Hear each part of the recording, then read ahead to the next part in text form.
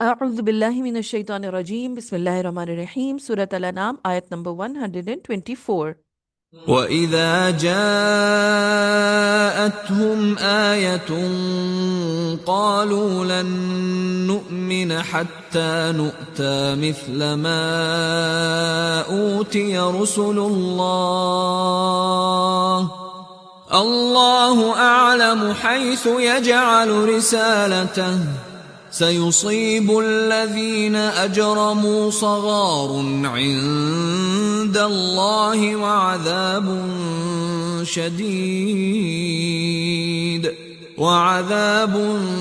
شديد بما كانوا يمكرون۔ اور جب ان کے پاس قرآن کی کوئی آیت آتی ہے تو کہتے ہیں کہ ہم ہرگز ایمان نہیں لائیں گے جب تک کہ ہمیں بھی وہی چیز نہ دے دی جائے جو اللہ کے دوسرے رسولوں کو دی گئی تھی۔ اللہ بہتر جانتا ہے کہ وہ اپنی رسالت کا کام کس سے لے اور کس طرح لے۔ ان قریب پہنچے گی ان مجرم گناہ گاروں کو بہت ہی ذلت اللہ کے ہاں سے اور سخت عذاب ان کی چال بازیوں کے سبب جو وہ کر رہے ہیں۔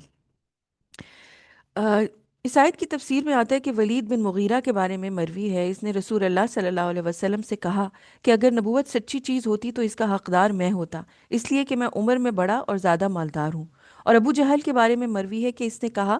کہ اللہ کی قسم ہم نہ اس کو مانیں گے اور نہ اس کی اتباع کریں گے الا یہ کہ ہم پر بھی وہی نازل ہو جیسے محمد صلی اللہ علیہ وسلم پر نازل ہوتی ہے۔ اللہ تعالیٰ نے ایسے ہی لوگوں کی تردید کرتے ہوئے فرمایا کہ نور نبوت سے اللہ سبحانہ و تعالیٰ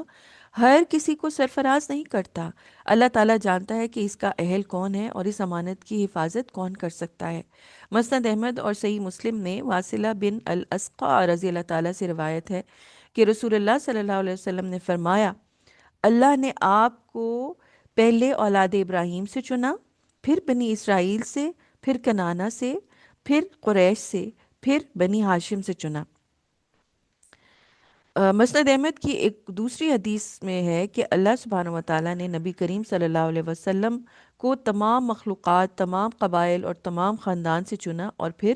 نبی بنایا۔ تو چونکہ مکر و فریب جو ہے وہ ایک قسم کی خفیہ سازش ہوتی ہے، اس لیے اللہ کے بندوں کو بذریعہ سازش اس کی بندگی سے روکنے والوں کو قیامت کے دن بہت بڑے عذاب اور سخت سزا کی خبر دی گئی ہے۔ کیونکہ دیکھیں لوگ جو ہیں وہ جھوٹے الزامات لگا لگا کے حق کے راستے سے، سچ کے راستے سے جو ہے وہ لوگوں کو، میسز کو روکتے ہیں کہ وہ سچائی کی طرف نہ چلے جائیں، جس کے لیے جو ہے وہ طرح طرح کے ہیلے اور وہ بنائے جاتے ہیں اور ٹرکس کی جاتی ہیں، ٹرکری کی جاتی ہے۔ تو صحیح بخاری کی روایت ہے کہ قیامت کے دن ہر دھوکہ دینے والے کی پیٹھ پر ایک جھنڈا گاڑ دیا جائے گا اور کہا جائے گا کہ یہ فلاں بن فلاں کی دھوکہ دہی کا جھنڈا ہے، یعنی کہ ایک اعلان عام ہو جائے گا۔ سو میسز کو جو لوگ دھوکہ دیتے ہیں یا پرسنل لیول پر، انڈیویجول لیول پر لوگوں کو جو دھوکہ دیتے ہیں، ٹرک کرتے ہیں، خاص طور پر حق کے راستے سے رکے رہنے کے اوپر، خاص طور پر سچائی سے رکنے کی طرف جو لوگ کرتے ہیں کہ کوئی اور جو ہے وہ سچ کا ساتھ نہ دے دے، تو ایسے لوگوں کے لیے بہت سخت عذاب اور شدید سزا ہے، نہ صرف دنیا میں بلکہ قیامت میں بھی۔